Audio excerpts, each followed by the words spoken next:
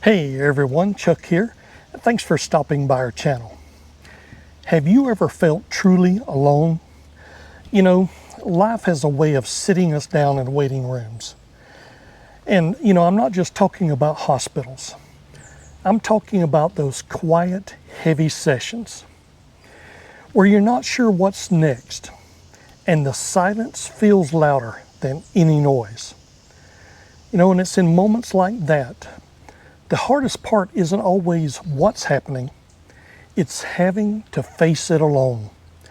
But God knew that, and that's why He gave us this wisdom.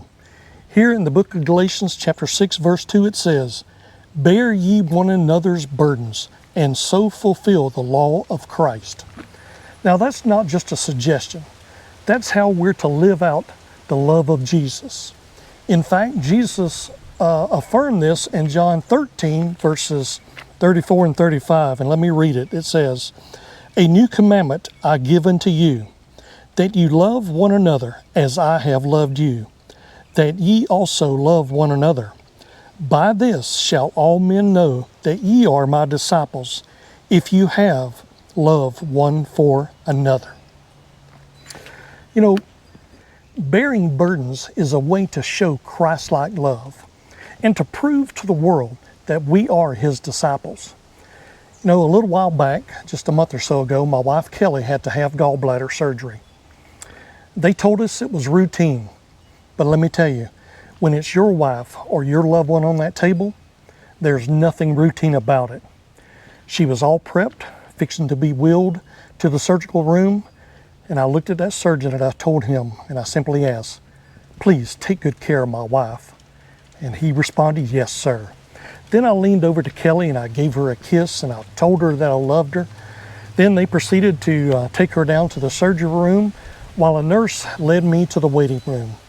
So there I was, sitting in that hospital waiting room, coffee in hand, praying, thinking, trying not to worry. But then, through the doors of that waiting room, in walked two of our dear friends, Jeannie and Kimberly. They came in and they sat down with me. And in that moment, something changed. I wasn't alone anymore. And that weight of worry, it didn't go away, but it sure did get a lot lighter. And that's what Galatians chapter 6 verse 2 looks like in real life. It's not flashy, it's not complicated. Sometimes it's just showing up, just being there. Now, I will be the first to admit I haven't always lived this out in my life. It's easy, especially in today's world, to get caught up in the hustle and bustle of life, pouring ourselves into our work or our hobbies, and we neglect to take the time to be a friend like we should be, and I know I'm guilty.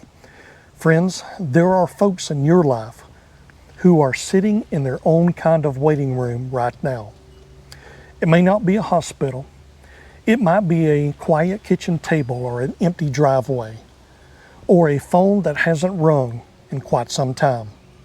They may be smiling on the outside, but inside, they're carrying something very heavy. And here's the thing. We don't have to fix their problems. Heck, most of the time, they're not asking us to. They just need to know someone sees them. Someone cares. That someone is willing to sit beside them in that quiet place and share the silence. So let me encourage you, make the visit, send the text, pick up that phone, drop by with that cup of coffee. Because when you bear someone's burdens, even just a little bit, you're walking like Jesus walked. You're doing exactly what He told us to do there in Galatians 6:2. You're fulfilling the law of Christ. It says, "Bear ye one another's burdens, and so fulfill the law of Christ." It's not always easy. It's not always convenient, that's for sure. But it is what Jesus told us to do. When Jeannie and Kimberly came into that hospital waiting room to be there for Kelly and to sit with me, it wasn't convenient for them. Both of them live about an hour away from the hospital, and yet they were there around 7:30 that morning. There were things they probably needed to do for their families, yet they sacrificed their time to come to the hospital. I was glad to see them. When Kelly came out of surgery, she was happy to see them. With their sacrifice of time, it helped me. It really helped having them there, and they helped bear that burden for me that morning. So let's make a choice to bear one another's burdens. We may never know until we get to heaven just how much we made a difference in someone's circumstances. Well, I want to thank you for staying to the end. I hope it's been a blessing and an encouragement to you. And I pray that we all take the time to help bear someone's burden. If you think this video could help someone else, please share it. Also, let me invite you, if you're new to our channel, please subscribe. We would love to have you. So, God bless, and until next time.